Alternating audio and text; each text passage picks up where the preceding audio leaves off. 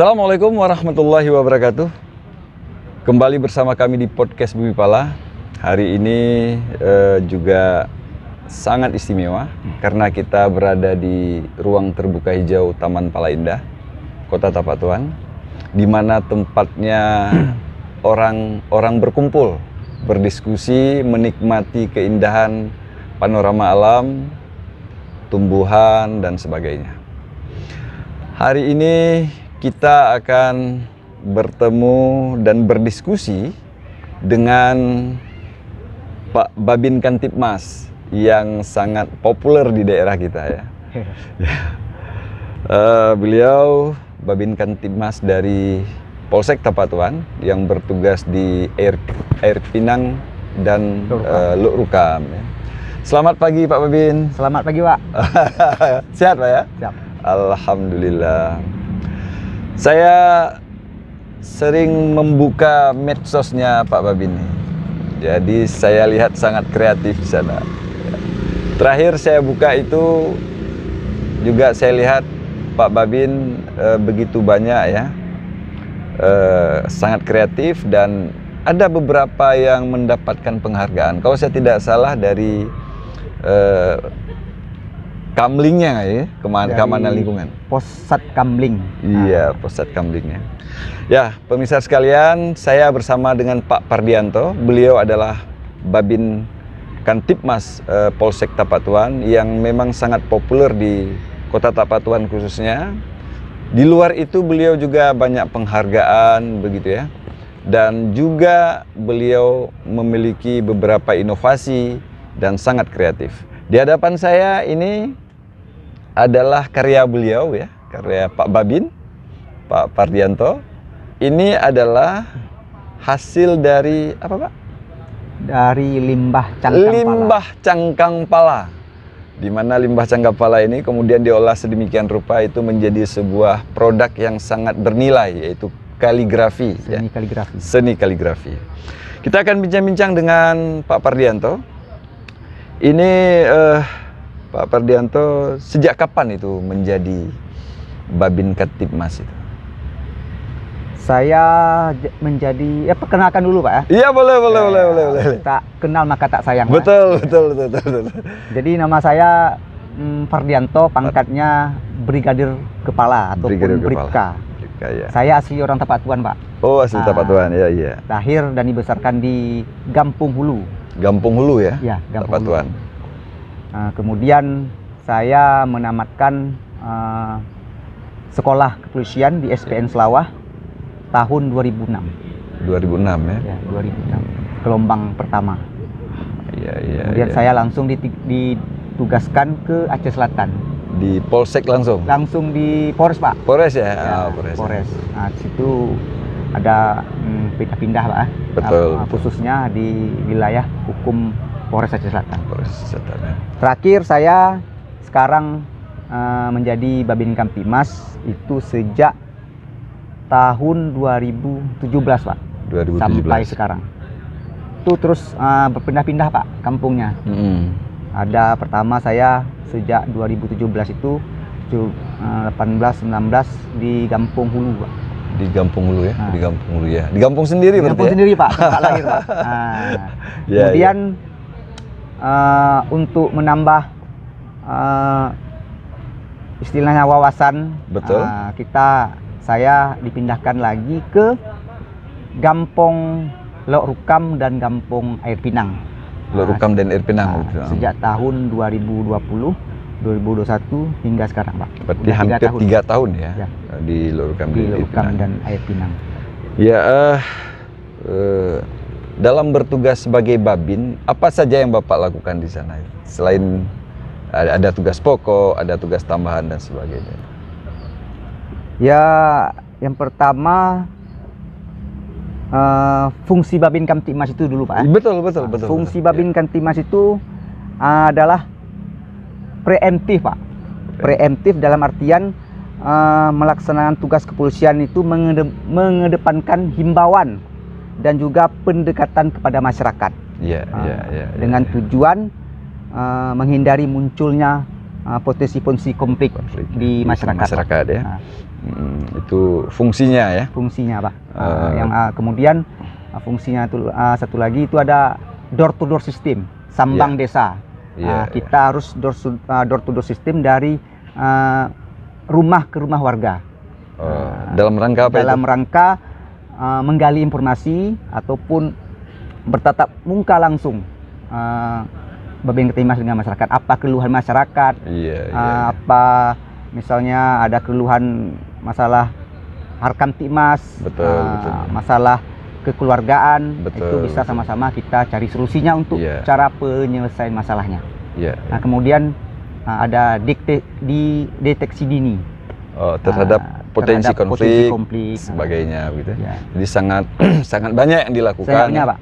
Sangat banyak yang dilakukan. Banyak lagi Pak, itu Babin Kamtibmas itu harus mampu mengangkat potensi yang ada di desa tersebut.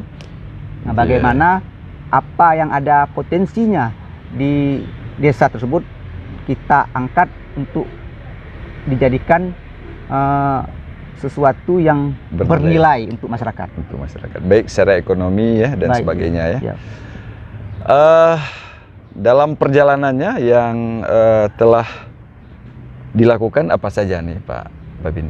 Yang ketika Bapak sudah bertugas di Air Pinang dan Luk Rukam tadi. Maksudnya tugas? Iya, misalnya saya ingin mengatakan bahwa tadi kan sudah jelas nih fungsinya, ya kan? Kemudian apa saja yang dilakukan di luar tugas yang Bapak maksudkan tadi, ya kan? Misalnya begini, makanya saya agak tertarik dengan dua produk ini. Kemudian ada lagi yang saya dengar Bapak juga mengembangkan budi damker dan beberapa inovasi lainnya, sehingga kita melihat bahwa Pak Babin ini sangat populer ya, sangat populer di media sosialnya, sangat populer gitu ya. Di luar itu juga ada kegiatan-kegiatan sosial yang kita lihat gitu. Jadi maksud kami adalah berkaitan dengan tugas pokok dan fungsi sebagai Babin gitu ya. Itu sudah jelas tadi, tetapi hari ini saya ingin bertanya tentang di luar itu yang sifatnya itu kreativitas dan inovasi. Ya, yang seperti itu. Gimana sehingga ini bisa terjadi, kok bisa begitu? Apa latar belakangnya, Pak? Yang pertama, Pak, saya dalam melaksanakan tugas ini selaku Babin Kamtibmas dan juga kepolisian. Betul. Hanya satu saya pegang prinsipnya, Pak. Khairun nas anfa'uhum linnas. Sebaik-baiknya manusia adalah manusia yang bermanfaat bagi manusia lainnya. Subhanallah. Itu motivasi saya dan moto hidup saya, Pak. Iya, subhanallah. Kita harus bisa mengangkat institusi kita itu harus dicintai oleh masyarakat. Kalau kita tidak bisa berbuat yang terbaik oleh masyarakat, setidaknya tidak menyakiti hati masyarakat. Alhamdulillah, luar biasa. Ini contoh polisi yang baik gitu ya. Setidaknya bukan slogan saja, Pak. Betul. Makanya saya dapat kabar juga ini. Ini ada seleksi, apa kabarnya, ini juga masuk nominator ya. Mudah-mudahan, amin. Mudah-mudahan, Pak. Ada Babin penilaian tingkat Polda Aceh. Babin Kamtibmas kinerja terbaik. Alhamdulillah kita sebagai perwakilan dari Aceh Selatan untuk diajukan ke Polda Aceh. Amin. Mudah-mudahan menang nih, Pak. Mudah-mudahan dapat nominasi, Pak. Ya. Nah, kalau misal muncul gagasan souvenir ini, Bapak melihatnya dari mana? Apakah karena banyak limbah ini harus dimanfaatkan? Seperti apa tuh? Yang pertama, saya melakukan sambang ke desa. Betul. Melihat ada potensi di situ adanya limbah cangkang pala yang tidak digunakan oleh masyarakat, terbuang begitu saja, Pak. Mungkin ada sebagian dijadikan pupuk. Dekat ketel tuh, Pak ya? Dekat ketel, Pak. Iya. Kenapa? Bagaimana caranya kita harus menjadikan barang limbah cangkang pala ini yang tidak bernilai ekonomi harus bisa menjadi bernilai ekonomi untuk masyarakat. Situ saya tertarik untuk mencobanya, Pak. Terus kok bisa jadi kaligrafi? Ya, terpikir saya karena kaligrafi cangkang pala itu kan daerah kita menghasil pala terbesar di Aceh. Betul. Khususnya di Aceh Selatan, Pak. Betul. Di situ saya tertarik untuk mengembangkan produk kaligrafi dari limbah cangkang pala ini, Pak. Agak sedikit unik, Pak. Betul, unik sekali kita lihat. Caranya itu gimana Pak, Bapak begitu ya? Yang pertama itu butuh ketelitian, butuh kesabaran, Pak. Itu satu pasang kaligrafi ini butuh 1 hari penuh, Pak, kita kerjakan. Kita ambil bahannya, kita tumbuk secara manual dulu cangkang pala itu, Pak. Betul. Kita tumbuk secara manual, kemudian kita melakukan penyaringan bubuk halus tersebut. Bubuk halus ya. Setelah itu kita masukkan ke oven untuk penghangatan agar nantinya bubuk dari limbah pala ini tidak tumbuh jamur. Iya. Kemudian itu ovennya saya beli sendiri, Pak. Langsung saya pesan. Saya ada oven khusus ya? Bukan oven, maksudnya untuk penghangat makanan. Itu saya gunakan. Nah, kemudian setelah kita tumbuk halus, itu kita buat polanya dulu, Pak. Pola kaligrafinya. Itu sebenarnya cukup simpel, Pak. Setelah kita buat polanya, lalu kita ukir menggunakan kuas dan lem untuk menjadi perekatnya, Pak. Cukup teliti tuh, Pak ya? Cukup teliti, Pak. Kalau kita tidak ada jiwa seni ataupun jiwa agak sedikit kasar, Pak, sedikit saja itu bisa tidak jadi barang tuh, Pak. Kaligrafinya harus mempunyai skill, ketelitian ataupun kesabaran, Pak. Terus belum mencoba untuk ini, Pak, untuk karya Bapak ini, kemudian dari proses pembuatannya itu diajarkan ke masyarakat? Ya, insya Allah, Pak, ini baru saja ada yang tertarik dengan produk kita nih, Pak. Salah satu guru dari Samadua ada tertarik dengan kaligrafi limbah pala ini, Pak. Dan memesan untuk dijadikan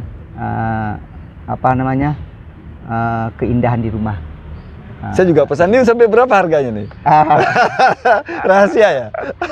Itu masih kita bermodalkan istilahnya bingkainya saja dulu, Pak. Bingkainya saja dulu. Modal kita bingkai saja. Kemudian itu saya jual satu pasang ini, Pak, 120.000. Oh, murah ya? Murah ya. Alhamdulillah. Yang penting bisa meningkatkan rencana saya kumpulkan ibu-ibu nanti di desa binaan, saya ajari cara pembuatannya. Kemudian saya berikan modal kalau bisa ibu-ibu itu melukis. Betul. Saya kasih modal untuk bingkainya. Kemudian nantinya saya akan promosikan di media sosial cara pemesannya. Di TikTok dan sebagainya gitu ya. Apalagi sebentar lagi kan ulang tahun Aceh Selatan, Pak. Desember, Pak. Ini bisa dipromosikan nanti, Pak? Bisa kita promosikan, kita buat sedemikian banyak untuk stoknya. Bisa kita tampilkan nantinya di pameran hari ulang tahun Aceh Selatan. Luar biasa nih, Pak. Luar biasa nih. Saya sudah banyak ya menceritakan itu, motivasinya juga sudah ada. Lalu kalau budi damker itu yang sudah pernah kita dengar Bapak juga mengembangkan di sana, itu apa berhasil atau tidak, Pak? Jadi budidaya ikan di dalam ember itu, Pak, itu waktunya masa-masa COVID-19. Jadi perekonomian masyarakat itu menurun, anjlok. Betul. Masyarakat pun untuk mencari pekerjaan pun agak susah, agak sulit. Kemudian terpikir pada saya untuk membantu masyarakat bagaimana caranya pemanfaatan lahan sempit di pekarangan rumah. Bagaimana bisa membantu masyarakat, ya tercetuslah ide budidaya ikan di dalam ember tersebut, Pak. Saya memberikan contoh kepada masyarakat dulu. Saya ajari bagaimana cara budidaya ikan itu. Di atas ember itu ada sayuran kangkung ataupun sayur-sayuran yang bisa dimanfaatkan oleh masyarakat, khususnya keluarga. Jadi bisa membantu masyarakat. Ikannya bisa dipanen, sayur di atas. Saya double panennya, Pak. Double panennya. Jadi dengan adanya budi damper ini, Pak, tertarik pemerintah desa untuk mengembangkannya. Di apa namanya istilahnya, dana desa diupload untuk ketahanan pangan menggunakan metode Budi Damber itu. Begitu. Sudah berjalan, Pak? Sudah berjalan. Sampai sekarang masih berjalan? Masih ada, Pak. Embernya sama itunya mungkin sudah panen. Sudah panen ya? Apa namanya, warga masyarakat di Kampung Epina. Luar biasa nih. Dijadikan sebagai ketahanan pangan keluarga. Iya, iya, iya. Ya, saya kira dari dua inovasi dan kreativitas yang saya lihat ini di media sosial Pak Babin nih, yang lain ada nggak yang inovasi-inovasi lain? Ada, Pak. Itu inovasi saya untuk membantu masyarakat di masa COVID-19 itu banyak, Pak. Iya. Membantu masalah perekonomian, membantu kebutuhan pokok masyarakat. Betul, betul. Kemudian saya mengadakan sunat massal gratis khususnya kepada fakir miskin dan anak yatim di dua desa tersebut, Air Pinang dan Lok Rukam. Ada, kalau tidak salah, 15 anak-anak ya. Anak-anak fakir miskin dan anak yatim saya sunat secara gratis. Luar biasa nih Pak Babin. Jadi masalah pendananya itu dari pribadi juga ada, dari penggalangan dana ada juga, Pak. Nah, jadi kita bekerja itu harus bersama-sama. Kalau sama Pak Babin saja nggak bisa ya. Harus ada kerjasama kita, Pak. Betul. Banyak lagi, Pak. Itu ada juga saya melakukan pembinaan anak-anak. Pembinaan anak-anak dalam rangka keislaman ataupun pembinaan akhlak. Itu saya buat perlombaan Babin Kamtibmas. Saya buat perlombaan azan, perlombaan hafalan ayat-ayat pendek untuk anak-anak TK, lomba dai cilik, dai cilik Kamtibmas, kemudian lomba azan di Air Pinang. Momentumnya waktu Maulid Nabi atau hari 1 Muharram? Biasa kan ada momentumnya. Iya, Pak. Itu mau menyambut 1 Muharram. Iya. Jadi ada satu anak yang juara dari perlombaan Babin Kamtibmas itu dipakai oleh kabupaten kita. Alhamdulillah. Lomba dai cilik. Habis dari seleksi itu, lomba itu kemudian dibawa ke tingkat kabupaten. Ke kabupaten. Ada yang istilahnya ada yang mengambil untuk. Ada mengambil untuk menjadi utusan ya. Utusan dari Kabupaten Selatan. Ya. Ya, baik. Pemirsa sekalian, kita telah mendengar panjang lebar dari Pak Pardianto sebagai Babin Kamtibmas Polsek Tapatuan yang ditugaskan di Air Pinang dan Lok Rukam. Ini sangat luar biasa ya. Jadi di luar kegiatan beliau sebagai memastikan keamanan dan ketertiban masyarakat, beliau juga memotivasi masyarakat dengan berbagai potensi alam yang ada di sana. Kita bisa dengar tadi ada dari cangkang pala, sampahnya, ampasnya itu bisa digunakan kembali menjadi sebuah produk yang sangat bernilai, yaitu kaligrafi. Lalu ada damber ya, budidaya ikan dalam ember begitu ya. Kemudian sejumlah kegiatan sosial kemasyarakatan tadi. Semoga ini menjadi inspirasi bagi Babin Kamtibmas yang lain. Kita sangat memberikan apresiasi kepada Pak Pardianto ya. Semoga beliau juga menjadi Babin Kamtibmas terbaik bukan hanya di Aceh Selatan tetapi di Aceh. Amin. Nah, kita bisa melihat bahwa pentingnya Babin Kamtibmas dalam masyarakat, kemudian juga keberadaan Babin Kamtibmas sebagaimana yang kita lihat dan dengarkan tadi dari Pak Pardianto ternyata sangat penting dan strategis dalam masyarakat kita. Barangkali itu yang perlu kami sampaikan, kesimpulan dari diskusi dengan Pak Pardianto. Terima kasih banyak nih Pak Pardianto telah menemani kita dalam diskusi-diskusi seperti ini. nanti kita pastikan bahwa Pak Pardianto ini tetap kreatif, inovatif, dan produktif. Ya, selamat bertugas. Semoga diberikan. Oke. Baik, Pak Babin. Kira-kira ini kan tentu dalam menjalankan tugasnya, dalam menjalankan inovasi dan kreativitasnya itu di masyarakat itu ada suka dukanya, begitu ya. Ada kendala-kendalanya, gitu ya. Boleh nggak kita tahu sedikit ini? Oh iya Pak. Pasti setiap pekerjaan itu ada suka dan dukanya Pak yang kita harus kita jalani. Yang pertama saya sini dukanya dulu Pak ya. Jadi Babin Kamtimas.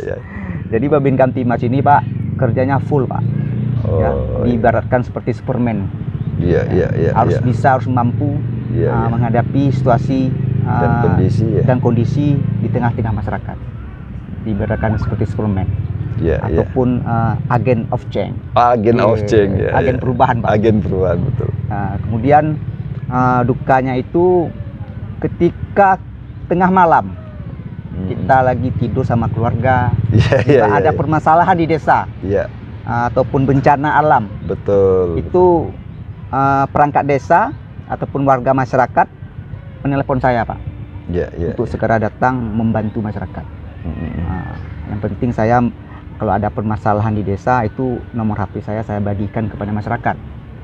Ada permasalahan sekecil apapun itu, baik itu tengah malam, baik pagi, baik siang, itu saya harus siap hadir di tengah-tengah masyarakat. Luar biasa.